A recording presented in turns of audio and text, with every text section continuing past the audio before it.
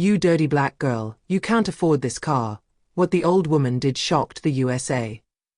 It was a beautiful autumn morning in New York, and Manhattan shone in the soft rays of the sun.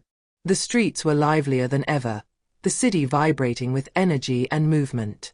Crowds of pedestrians walked quickly, absorbed in their own thoughts, while taxis, looking for passengers, honked their horns in a familiar cacophony. Store windows were beautifully decorated for the season. Garlands of golden leaves, carved pumpkins, and mannequins dressed in fall outfits that seemed to tell stories of luxury and elegance. It was a day like so many others in Manhattan, but for Clarice, it was a special day. Clarice crossed the street with a certain grace.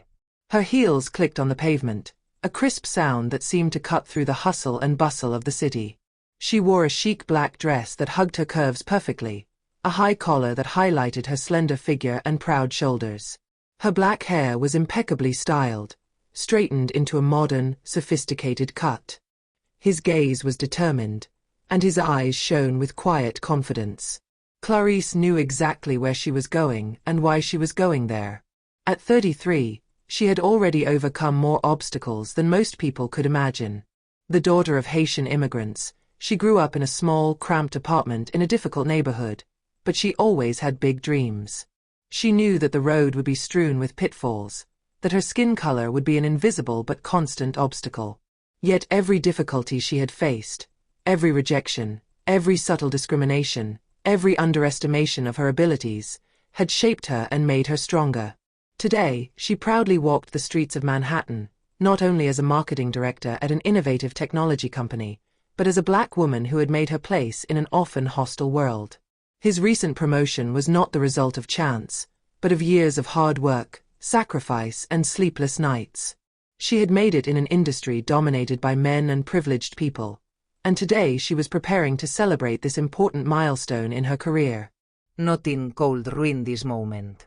She had gone to a luxury showroom, a vast and bright space, where gleaming cars were displayed under perfect lighting.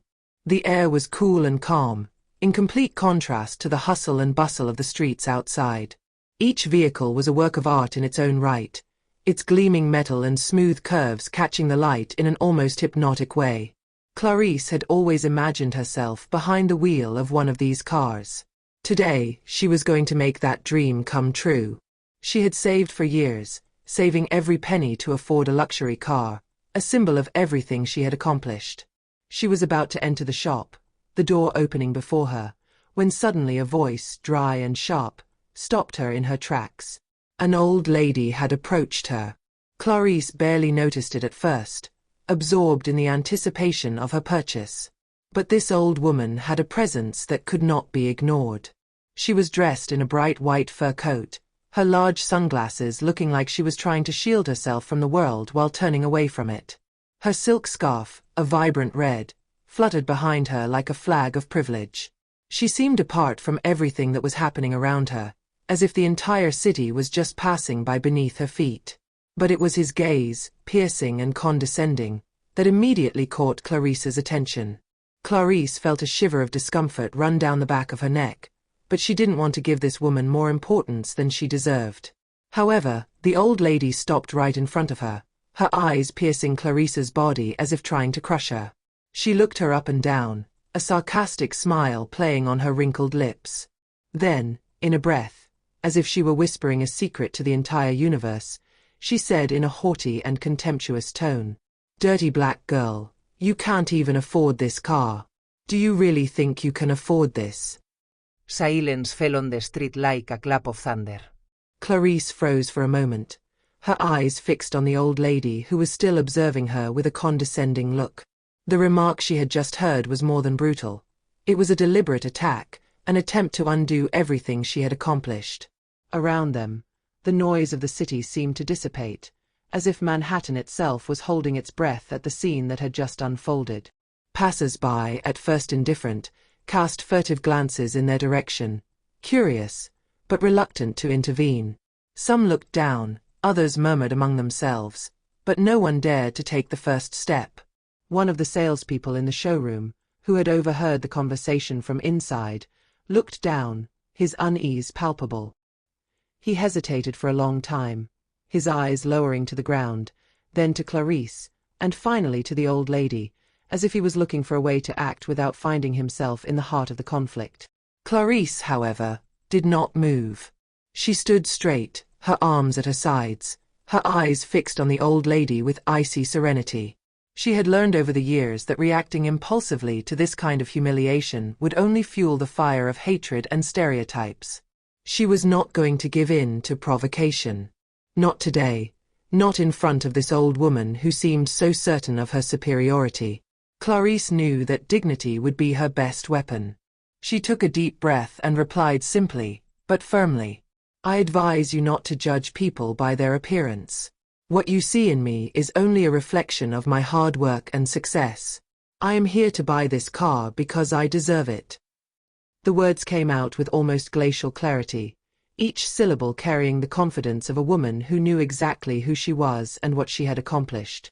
A heavy silence ensued.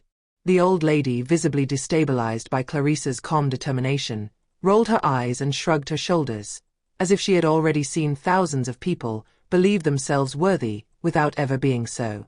Her expression became a little more condescending, but she said nothing more. She didn't need it, she thought. Clarisse, however, had no intention of letting her go so easily.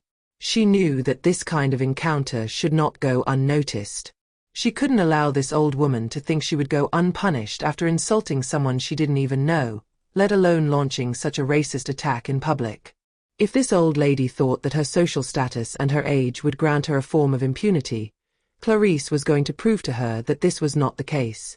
Without wasting any time, she pulled her phone out of her purse with impressive calm, her fingers sliding across the screen with a precision that betrayed her complete command of the situation.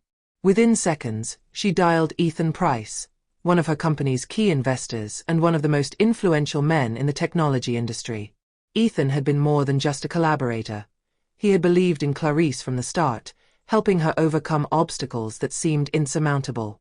He had supported his department with significant funds, allowing him to expand his team and realize its potential. And today, he would play a crucial role in this confrontation. Clarisse remained straight, her eyes fixed on the old lady, but her thoughts were already elsewhere, on the conversation that was about to follow. "Ethan, I'm at the showroom, and I just happened to meet an old racist lady who insulted me in a completely unacceptable way. She had the audacity to say that I couldn't buy this car, simply because of the color of my skin. Could you help me sort this out? I don't want this situation to go unnoticed." The silence on the other side of the line was heavy, almost suffocating. Clarisse could almost hear the cogs in Ethan's mind turning as he understood the magnitude of the situation. He had always been a man of principle, and she knew he would not tolerate this kind of behavior.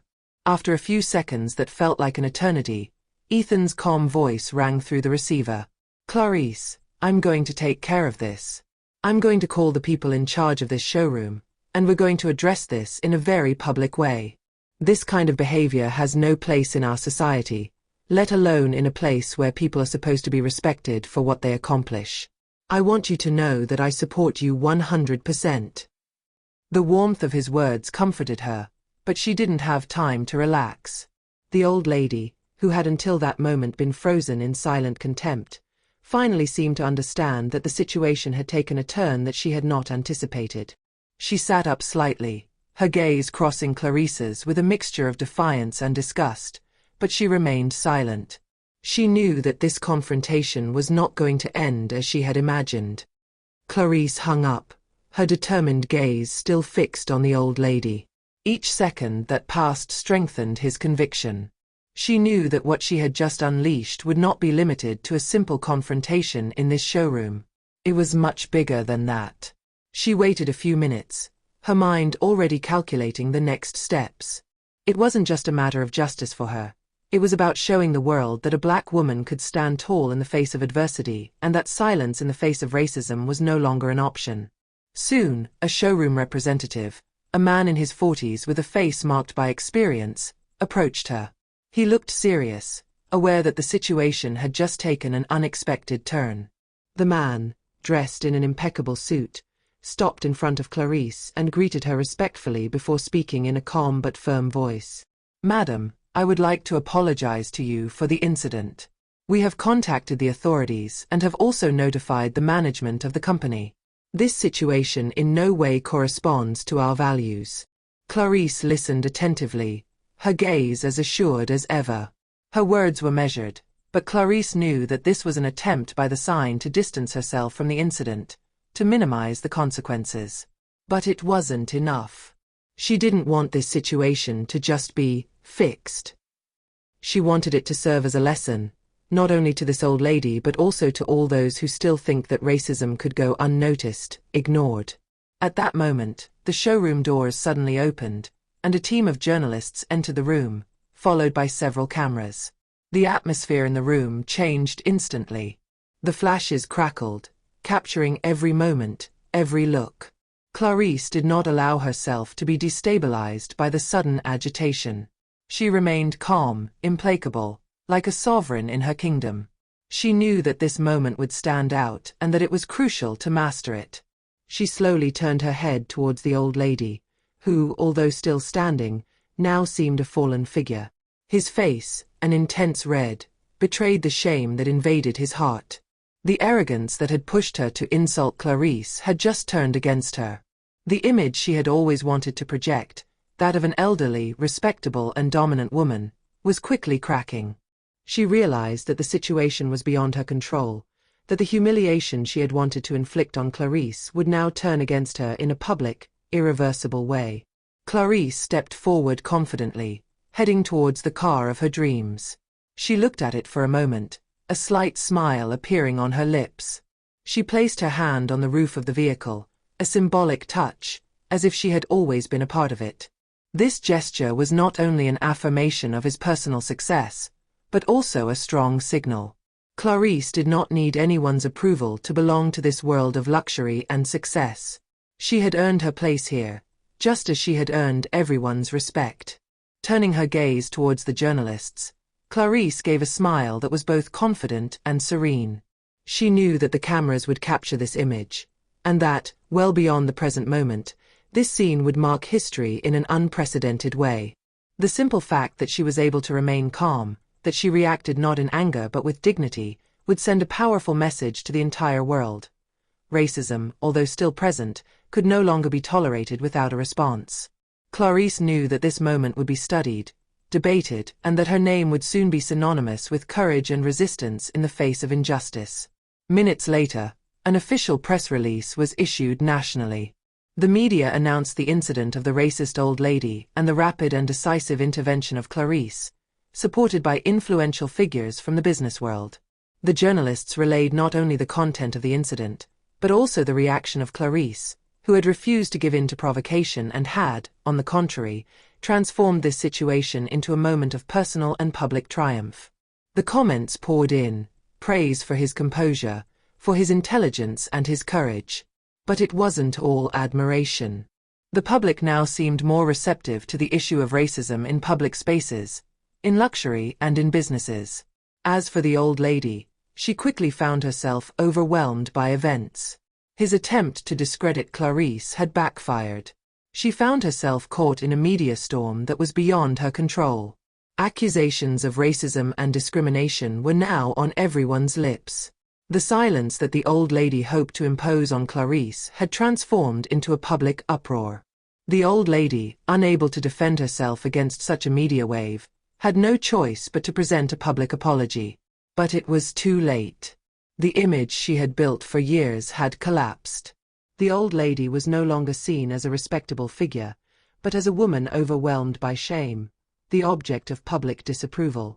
Clarice always stood straight, an image of dignity in a world that had often tried to impose limits on her. His success was now etched in everyone's minds. But more importantly, she had rewritten the rules of respect and equality, and in doing so, she had set an example for those who came after her to follow.